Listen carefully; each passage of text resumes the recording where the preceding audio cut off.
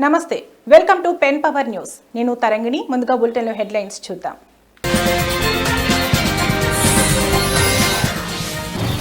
కల్వకుంట్ల కవిత సంచలన వ్యాఖ్యలు. బీఆర్ఎస్ ను బీజేపీలో విలీనం చేసే కుట్ర జరుగుతోందని ఆగ్రహం.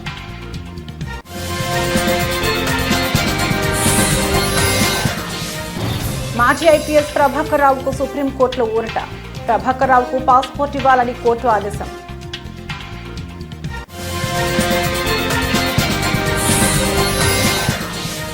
వల్లభినేని వంశీ రిమాండ్ పొడిగింపు. నకిలీ ఇళ్ల పట్టాల కేసులో జూన్ 12 వరకు రిమాండ్.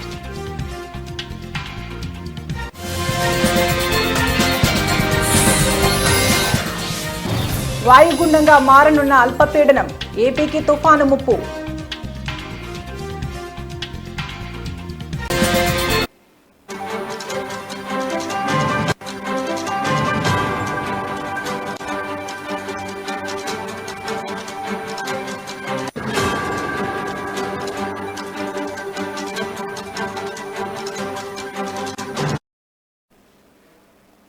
రాష్ట్రంలో కొత్త పార్టీ పెడతారనే ఊహాగానాల నేపథ్యంలో ఎమ్మెల్సీ కవిత జోరు పెంచారు.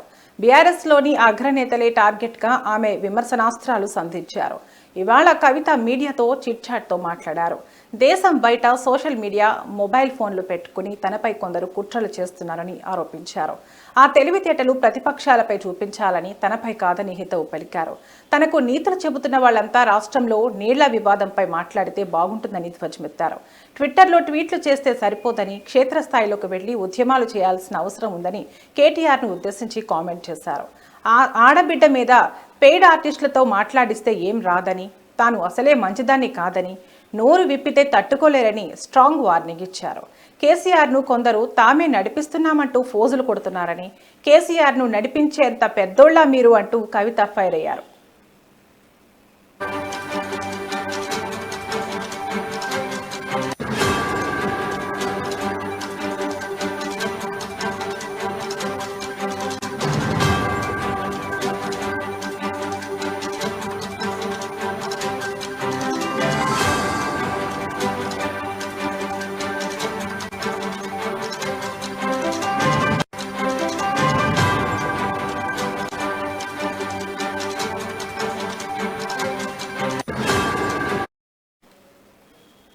ఇక సొంత పార్టీ సోషల్ మీడియానే తనను టార్గెట్ చేసిందని, తప్పుడు వార్తలు రాస్తే పార్టీ ఎందుకు ఖండించడం లేదని ప్రశ్నించారు. తన డిమాండ్ ఒక్కటేనని, తాను తన తండ్రికి రాసిన లేఖను ఎవరు లీక్ చేశారో చెప్పి తీరాలన్నారు. కేసీఆర్కు నోటీసులు ఇస్తే ఎందుకు నిరసనలు చేయడం లేదని అన్నారు. అదే మరో నేతకు నోటీసులు అందితే అప్పటికప్పుడు హంగామా చేస్తారని ఆగ్రహం వ్యక్తం చేశారు. తాను వాళ్లలాగా చొచ్చర రాజకీయాలు చేయనని, హుందాగా ఉండే వ్యక్తినని అన్నారు. నిజామాబాద్ ఎంపీ ఎన్నికల్లో వెన్నంటే ఉండి సొంత పార్టీ నాయకులు తనను ఓడించారని ఆరోపించారు. బీఆర్ఎస్ పార్టీని ఎలాగైనా బీజేపీలో విలీనం చేసే కుట్ర జరుగుతోందంటూ సంచలన వ్యాఖ్యలు చేశారు.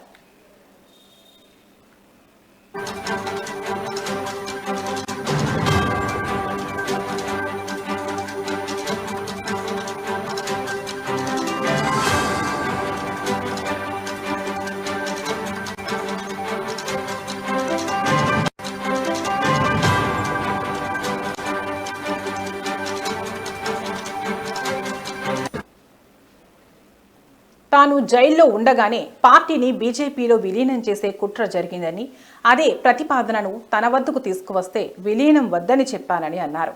అదేవిధంగా లిక్కర్ స్కామ్లో జైలుకు వెళ్లే ముందు పార్టీకి రాజీనామా చేస్తా అని అన్నానని, కానీ కేసీఆర్ వద్దని వారించారని గుర్తు చేశారు. తాను రాసిన లేఖను లీక్ చేసిన వారిని పట్టుకోమంటే గ్రీకు వీరులు దండెత్తారని కామెంట్ చేశారు. పార్టీ చేయాల్సిన పనులు జాగృతి తరపున తాను చేస్తున్నానని అన్నారు. పార్టీలో కోవట్లు ఉన్నారని చెప్పినా ఎందుకు పక్కన పెట్టడం లేదని పార్టీ అధినాయకత్వాన్ని ఆమె ప్రశ్నించారు. బీఆర్ఎస్లో కేసీఆర్ ఒక్కరే నాయకుడని, పార్టీలో ఇంకెవరి నాయకత్వాన్ని తాను ఎట్టి పరిస్థితుల్లో అంగీకరించబోనని స్పష్టం చేశారు. కాంగ్రెస్ పార్టీ ఓ మునిగిపోయే నావా అని, ఆ పార్టీతో రాయబారాలు జరిపే అవసరం తనకు లేదన్నారు.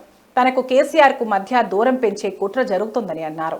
తాను ప్రత్యక్షంగా పార్టీకి దూరమైతే ఎవరికి లాభమో అందరికీ తెలుసని, కావాలనే తనను ఎంపీ ఎన్నికల్లో ఓడించారని కవిత ఆరోపించారు.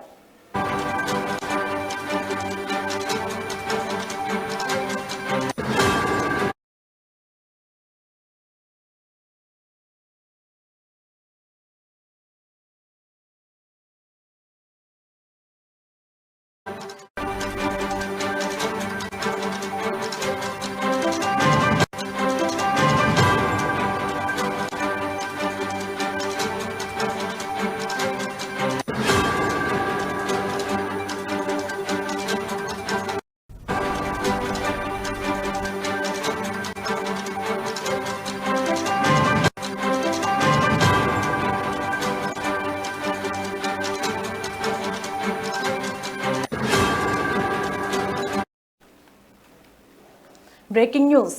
సంచలనం సృష్టించిన ఫోన్ ట్యాపింగ్ కేసులో ప్రధాన నిందితుడిగా ఉన్న ఎస్ఐబి మాజీ చీఫ్ ప్రభాకర్ రావుకు సుప్రీంకోర్టులో ఊరట లభించింది. తదుపరి ఉత్తర్వులు ఇచ్చే వరకు ఆయనను అరెస్టు చేయవద్దని సుప్రీంకోర్టు ఆదేశించింది. ప్రభాకర్ రావుకు పాస్పోర్ట్ ఇవ్వాలని ఆదేశించింది. పాస్పోర్ట్ వచ్చిన 3 రోజుల్లో ప్రభాకర్ రావు భారత్కు వచ్చి విచారణకు సహకరించాలని ఆదేశించింది. ఈ కేసులో ప్రధాన నిందితుడిగా ఉన్న ప్రభాకర్ రావు అమెరికా వెళ్లిపోయారు. తనకు ముందస్తు బెయిల్ మంజూరు చేస్తా తాను భారత్కు తిరిగి వస్తానని కోరుతూ గతంలో ఆయన హైకోర్టులో పిటిషన్ దాఖలు చేశారు.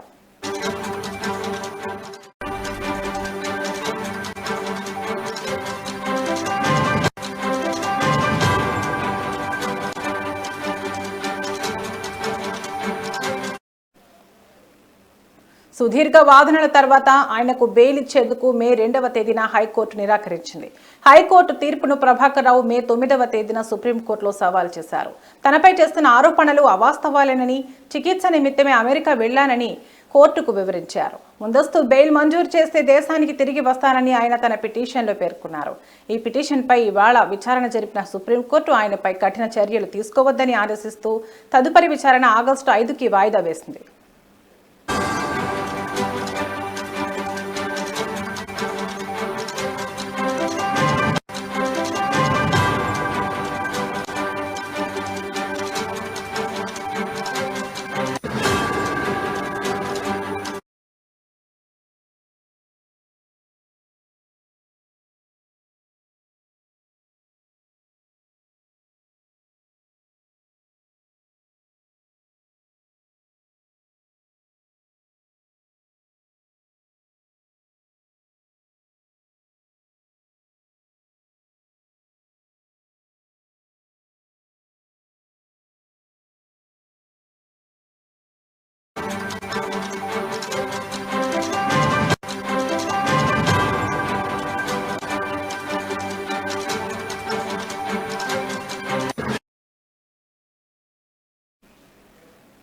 బ్రేకింగ్ న్యూస్ చూస్తున్నాం. వల్లభనేని వంశీకి ఊహించని షాక్ తగిలింది. వల్లభనేని వంశీ రిమాండ్ పొడిగించారు. జూన్ 12 వరకు రిమాండ్ పొడిగించింది న్యాయస్థానం. నకిలీ ఇళ్ల పట్టాల పంపిణీ కేసులో రిమాండ్ ముగియడంతో వంశీని వర్చువల్ గా న్యాయమూర్తి ముందు హాజరుపరిచారు పోలీసులు.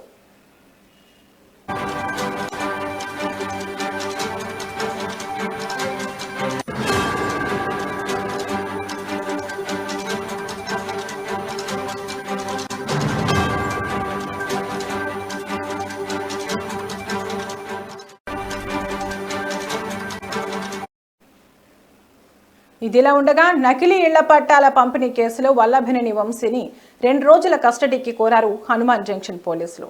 ఈ తరుణంలోనే వంశీ కస్టడీ పిటిషన్పై తీర్పు వెల్లడించింది నూజివీడు కోర్టు. మరోవైపు వంశీపై మరోసారి పీటీ వారెంట్ జారీ అయింది.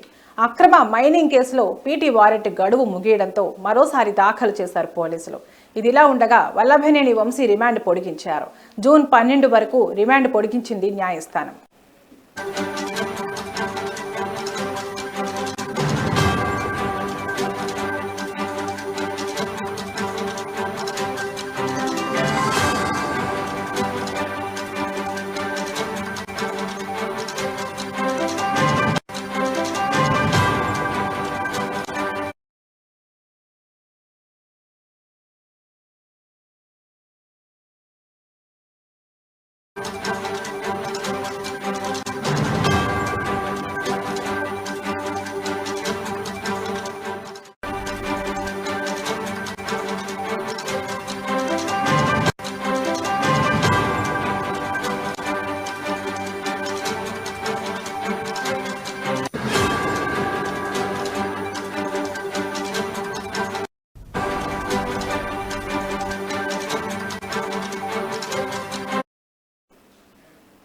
బ్రేకింగ్ న్యూస్ చూస్తున్నాం. ఈ ఏడాది నైరుతి రుతుపవనాలు 10 రోజుల ముందుగానే తెలుగు రాష్ట్రాల్లోకి ప్రవేశించాయి. అంతేకాదు వేగంగా కదులుతూ 3 రోజుల్లోనే అన్ని జిల్లాలకు విస్తరించాయి. రుతుపవనాల ప్రభావంతో ఇప్పటికే పలు ప్రాంతాల్లో భారీ వర్షాలు కురుస్తుండగా జూన్ నెలలో సాధారణం కంటే ఎక్కువ వర్షాలు కురుస్తాయని, గరిష్ట ఉష్ణోగ్రతలు కూడా తక్కువగా నమోదవుతాయని ఐఎండీ పేర్కొంది. ఇదిలా ఉంటే ఒడిశా తీరంలో వాయువ్య బంగాళాఖాతంలో ఏర్పడిన అల్పపీడనం ఇప్పుడు మరింతగా బలపడిందని ఐఎండీ తెలిపింది. ఉత్తర దిశగా కదులుతోందని, రానున్న 24 గంటల్లో వాయుగుండంగా మారే అవకాశం ఉందని హెచ్చరించింది.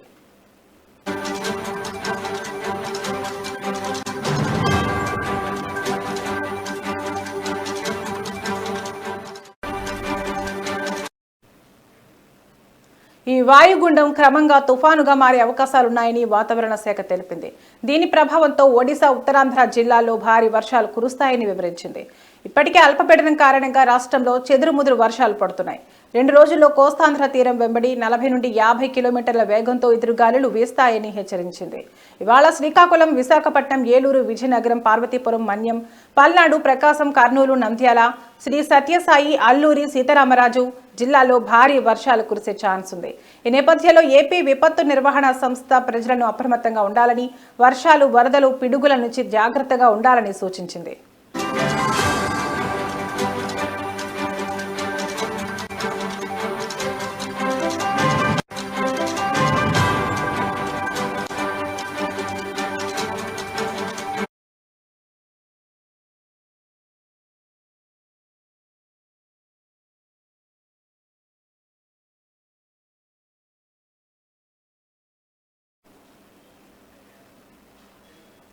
డాక్టర్ బిఆర్ అంబేద్కర్ కోనసీమ జిల్లా రావులపాలెం మండలంలో వైసీపీ కార్యాలయంలో జిల్లా అధ్యక్షులు చెర్ల జగ్గిరెడ్డి సమావేశం నిర్వహించారు.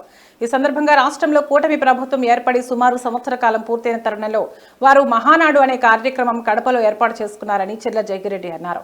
నారా చంద్రబాబు నాయుడు ఇచ్చిన హామీలలో ఏ ఒక్క మాట మీద నిలబడకుండా ఉన్నారు. కానీ జగన్ ప్రతి ఒక్క హామీని నెరవేర్చారని జనమే చెప్పుకుంటున్నారు.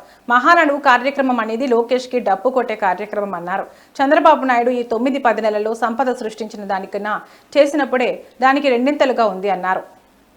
చేస్తున్న పనిని చెబుతూ జగన్మోహన్ రెడ్డి గారి పరిపాలన బాగుందని ప్రతి ఒక్కరిని నోటంట వస్తూ ఉంటే దాన్ని చూసి వారవలైనటువంటి కూటమి ప్రభుత్వం, ముఖ్యంగా చంద్రబాబు నాయుడు గారి ప్రభుత్వం, జగన్మోహన్ రెడ్డి గారు అంటే ఉన్న భయంతోనే ఇవాళ కడపలో మీటింగ్ ఏర్పడి కడపలో మహానాడు కార్యక్రమం పెట్టారు. కడప ప్రజలు కూడా పత్రికాముఖంగా తెలియజేస్తూ ఉన్నా, మీకు అక్కడ ఎంతమంది టీడీపీ నాయకులున్నా లేదా ఎంతమంది ఎవరో అక్కడ ఉన్నటువంటి కార్యకర్తలున్నా మీ మీద ప్రేమతో కాదు చంద్రబాబు నాయుడు గారు మహానాడు కడపలో పెట్టాడు. కడప పులిబిడ్డగా ఉన్నటువంటి జగన్మోహన్ రెడ్డి గారిని చూసి భయం వేసి అక్కడ మీటింగ్ పెట్టి ఏదో 4 మాటలు మాట్లాడి దాన్ని ప్రపంచం అంతా చూడండి మేము కడపలోనే మీటింగ్ పెట్టామని ఏదో గొప్పగా చెప్పుకుని ప్రజాభిప్రాయాన్ని మార్చడం కోసమే ఈ రకమైన తాపత్రయాలని పడుతున్నారు.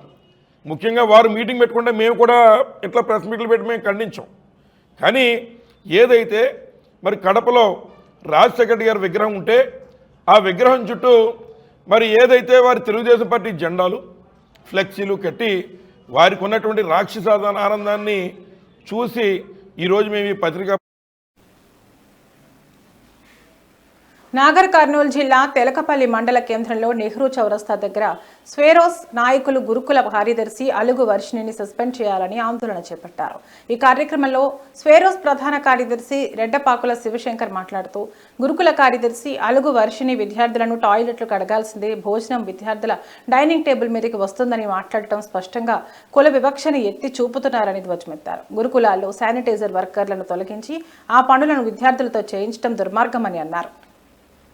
నిన్న నిదర్శనం అలుగు వర్షిణి గారు గురుకుల కార్యదర్శి అయి ఉండి విద్యార్థులను పాయికాన కడిగించాలి, విద్యార్థులను పని చేయించాలనే ఉద్దేశంతో నిన్న స్పష్టంగా మాట్లాడారు. విద్యార్థులు ఏమైనా గోరుస్తున్నా విద్యార్థులు డైనింగ్ టేబుల్ మీద కూర్చున్నామంటే భోజనం వాళ్ళ ప్లేట్ మీద వస్తుందా అనే ధోరణిలో కుల వివక్షను ఎత్తి చూపుతూ మరి అలుగు వర్షిణి గారు మాట్లాడిన తీరును తీవ్రంగా స్థానం నెట్వర్క్ నుంచి ఖండిస్తూ ఉన్నాం. వెంటనే గురుకుల కార్యదర్శి అలుగు వర్షిణి గారిని సస్పెండ్ చేయాలి. మరి కాంగ్రెస్ పార్టీ నుంచి అధికారంలోకి వచ్చిన సీఎం రేవంత్ రెడ్డి గారు మీరు అధికారం వచ్చినప్పటి నుంచి గురుకులాలను నాశనం చేసే ఆలోచనలో మీరు ఉన్నారు. ఎందుకంటే గౌరవ మాజీ ముఖ్యమంత్రి మరియు శ్రీ కేసీఆర్ గారు కర్నూలు జిల్లా ఆలూరు నియోజకవర్గంలో జరుగుతున్న మహానాడు కార్యక్రమానికి టీడీపీ ఇన్ఛార్జ్ వీరభద్రగౌడ ఆధ్వర్యంలో భారీగా తెలుగు తమ్ముళ్లు నాయకులు పాల్గొన్నారు. ఈ కార్యక్రమానికి ఇన్ఛార్జ్ తనయుడు యువనేత గిరి మల్లేష్ గౌడ్ సమక్షంలో 300 వాహనాలలో టీడీపీ కార్యకర్తలు బయలుదేరారు.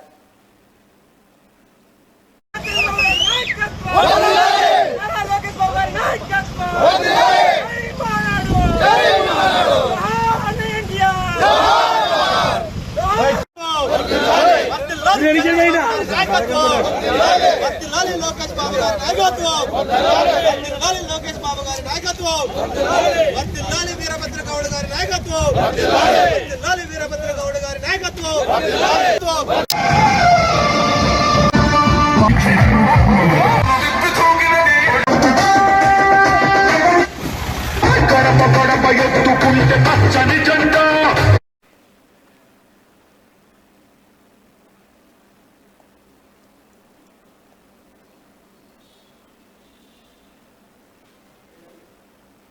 కడపలో జరిగిన మహానాడు కార్యక్రమంలో కర్నూలు జిల్లా ఆలూరు నియోజకవర్గానికి చెందిన వ్యాపారవేత్త శివప్రకాష్ గౌడ్ హాజరై తనదైన స్టైల్లో బంగారు ఆభరణ అలంకారాలతో ప్రేక్షకుల ముందుకు వచ్చి మురిపించారు. అనంతరం బాలకృష్ణ డైలాగులతో పలు ఛానళ్లకు ఇంటర్వ్యూ ఇస్తూ మహానాడు గురించి తన మాట చౌక్యంతో వివరించారు.